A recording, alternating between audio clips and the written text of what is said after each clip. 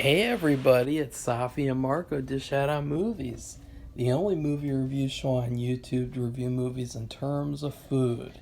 And it's just Marco here once again. I am here to review. I can't say this title without laughing. I am. I am here to review The King's Daughter. I mean, it is such a you just hear that title and you're thinking, why am I watching this? And that's the question that film critics, I'm not a critic, I'm just a guy reviewing movies on a channel. Uh, a lot of critics have to ask themselves, like, I'm watching this kid's movie, and why am I watching this kid's movie called The King's Daughter? I didn't know anything about the book because apparently this is based on a book called The Moon and the Sun. And apparently the book is really good, and it actually won a Nebula Award over Game of Thrones. And that kind of blew my mind because the story in this movie was complete garbage. Uh, so I'm going to talk about the movie and then talk about what I think about like the book, the potential, all that stuff.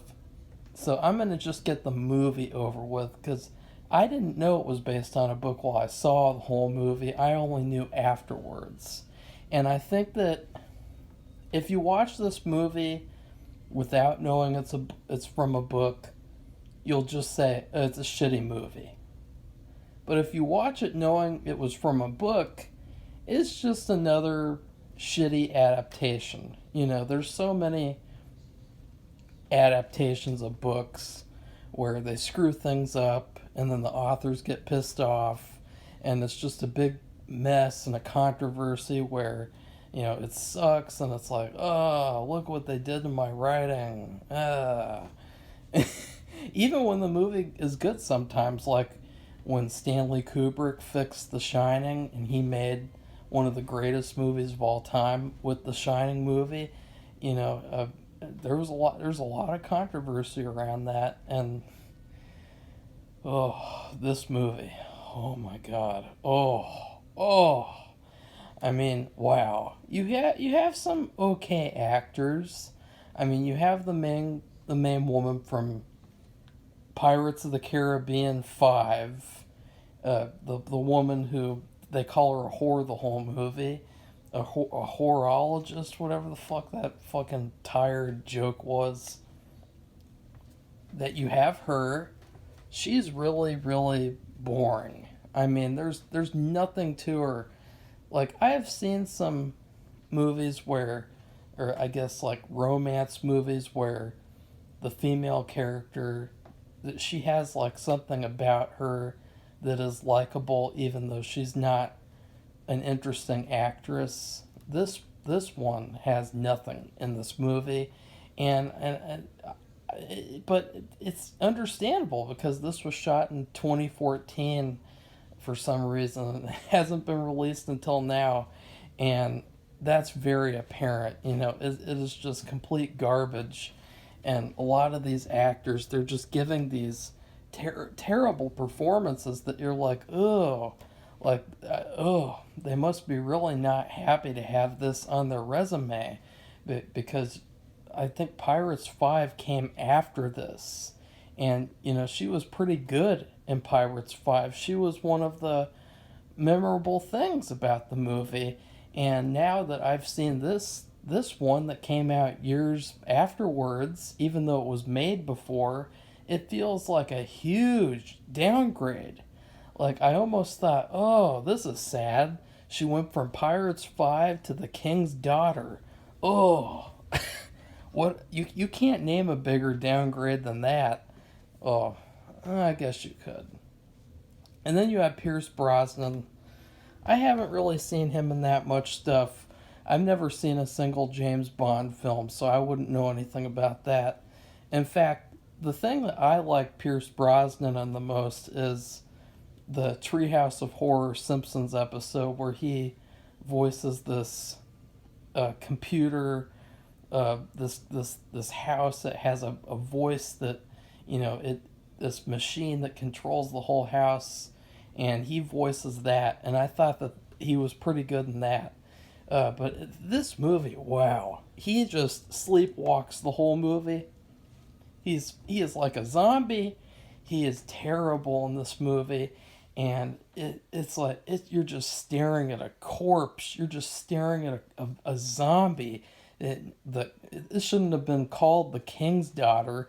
It should have been called the Zombie's Daughter, because Pierce Brosnan in this movie. Oh, what a terrible performance! I mean, ugh. This whole movie just reeks of vanilla, bland, boring trash. Speaking of bland trash, okay, we have the two love interests, because in every single romance, you gotta have two love interests. You gotta have the the rich one and then the poor one. As if that's, because honestly, like, that is so uninteresting. Like, there are so many different types of characters you could have to have an interesting love triangle, and out of all that, you have to choose the most boring ass shit with the rich and the poor. Ugh. I mean, number one, no one can really identify with that, because nobody is going to be marrying any royalty, and so they're not going to identify with this story. This privileged biatch, and I never really talk about identifying with things, but this movie, the story is just so, it is just so far from reality. It is just so contrived and typical, and but at the same time, I don't even know what it is. That's the weird thing. You have this rich guy. He's boring. He's bland. He's another vanilla wafer motherfucker. And then you have Abraham Lincoln Vampire Hunter playing the poor guy. Oh, another terrible actor performance. I mean, another terrible performance, because he was fine in Abraham Lincoln, and so uh, every performance in this movie was just, it was painful. It was painful to watch this. This was torture. This was just straight up torture. I when I complain about these agenda movies like the 355, I never realize that I never think about that there's movies that are as bad as this out there. I mean, people spent money on this movie. This movie was made with $40 million. And I'm sorry, but that was $40 million too much. I don't know what they were thinking. And now let's get to who should be the heart of the movie. I mean, yeah, like the heart and soul. The mermaid is played by the same woman from the 355, the same Chinese woman from that film, that feminazi film. And it's sad, because this is it's her second movie of 2022, and it's another trash movie. I mean, she's just, at this point, she's just never going to catch a break, and she's hardly in the film at all, and you really can't get anything from this mermaid character at all, besides there's some voice, there's some singing voice sometimes, and they make her this computer generated mermaid, so I mean, I thought she was white, because they made her like all white and glowing, and like she just looks so weird and unnatural, like a PS2 video game cutscene type of character. And that was really awkward, since she's supposed to be the whole movie centers around her. And if she doesn't work, then the whole movie doesn't work. And the whole movie did not work.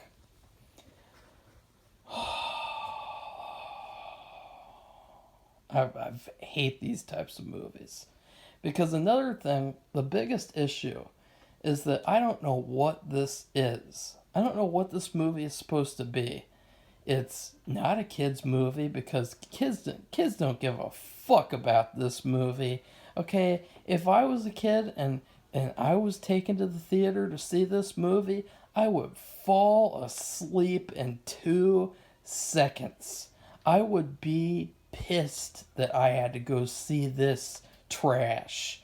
I could just be at home watching Horror of Dracula or Dracula AD 1972, and instead I am at the theaters watching The King's Daughter.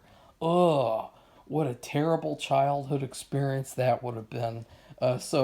Number one, that's a fail. It's not a children's film. And they had some weird joke about Pierce Brosnan. They have this thing where he's confessing his sins every day with his pope or whatever that guy is. And he says like something about he sinned last night because he slept with some weird woman or something. And I thought, what the fuck is this? Like, he's literally talking about how he slept with a woman last night. I was like, yeah, this is not a kid's movie. And then number two, is it I don't know. I have no words to describe this movie, but I guess they think it's a romance. I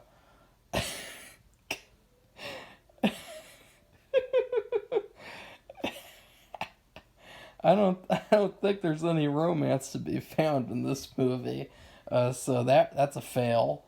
Even from an objective standpoint, like there's literally no romance in this movie.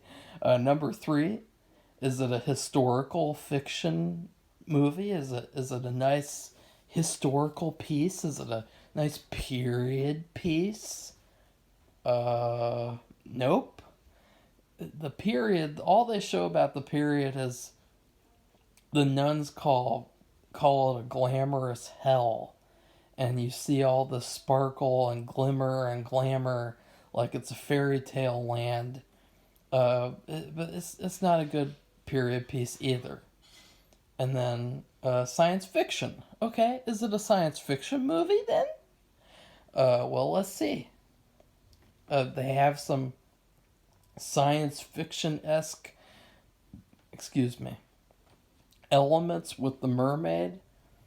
As I said, she's hardly in the movie at all. And then, you guys, do you really care about spoilers for this movie?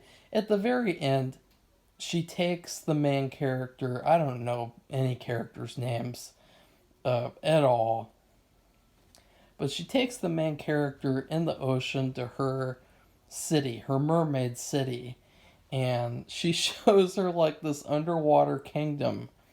And it's like, oh wow, nice to see this. Because usually in a science fiction movie, you see the new world in the first third of the movie. Because that's the whole point of the movie, is that you're getting introduced to a new world. And that world will be built on throughout the series. Or at least fantasy too, like with Harry Potter. What happened with that? A third of the way through the movie, or less than that, Harry Potter goes to the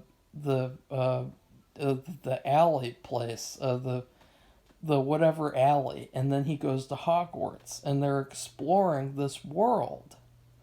In this movie, they just show a little bit of the world at the very end, as if there's going to be a sequel or something. Like, I didn't get that at all. So science fiction, not a science fiction movie. So this movie literally is nothing. It is nothing. It is a nothing movie. There is nothing in this movie. This movie is fucking garbage. And it's too bad because, well, okay, is it too soon to talk about the book? Just the story is the simple story where you have a king and he captures this mermaid and he wants to drain her life force so that he can live forever. And he also has a daughter, but he gave her away to a convent. And all of a sudden he wants her back so that she can get married and give him more monies. And then it just trouble ensues from there. And if that story doesn't make you want to shoot yourself, then I don't know what will. I mean, what a stupid story that was. Pathetic.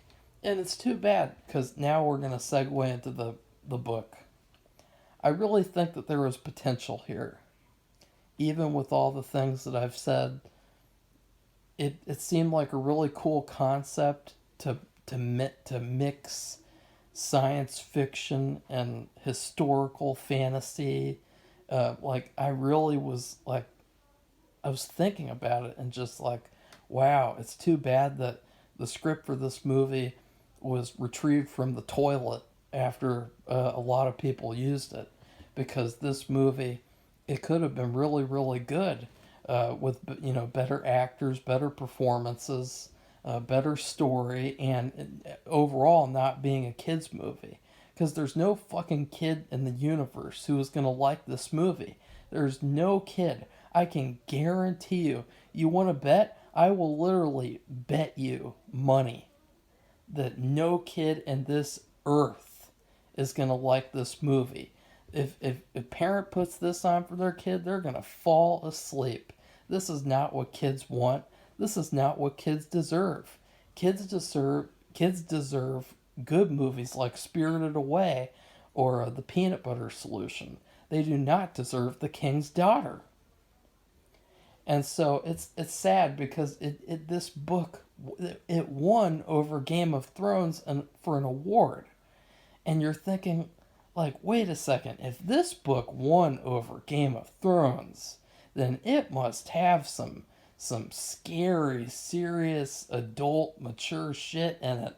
It must have some seriously good writing. And unfortunately, the movie does not reflect that. And so maybe if it was treated properly, adapted properly into a movie, and not made into a fucking little bitchy ass kids movie, then this would have been a good movie and a good story. But wow, what a terrible, typical January movie. I mean, this movie is January personified. There was this. Wait a second. No, I just figured that one out. I was gonna talk about the stupid plot hole where you have this character and she. Oh wait, I guess that is a plot hole. Okay, the main character, she loves the ocean, and they make sure to emphasize that she loves to swim. She loves the ocean. She loves the water, and then she trips into a fountain, and she literally cannot escape this shallow little fountain without the help of a man. And I thought, what the fuck? This bitch can't get out of a fountain? I mean, what a pathetic princess character she is. What kind of a little girl would want to look up to a character who can't even get out of a fucking fountain? I mean, get your ass out of that fountain. Uh, See, this movie pisses me off. It is that bad. But the rest of the movie, I started just zoning out, because it just spun its wheels the whole movie. It just explored the same couple of things. He has a mermaid, and he wants the mermaid to give him eternal life. And then romance. And she's also the king's daughter. And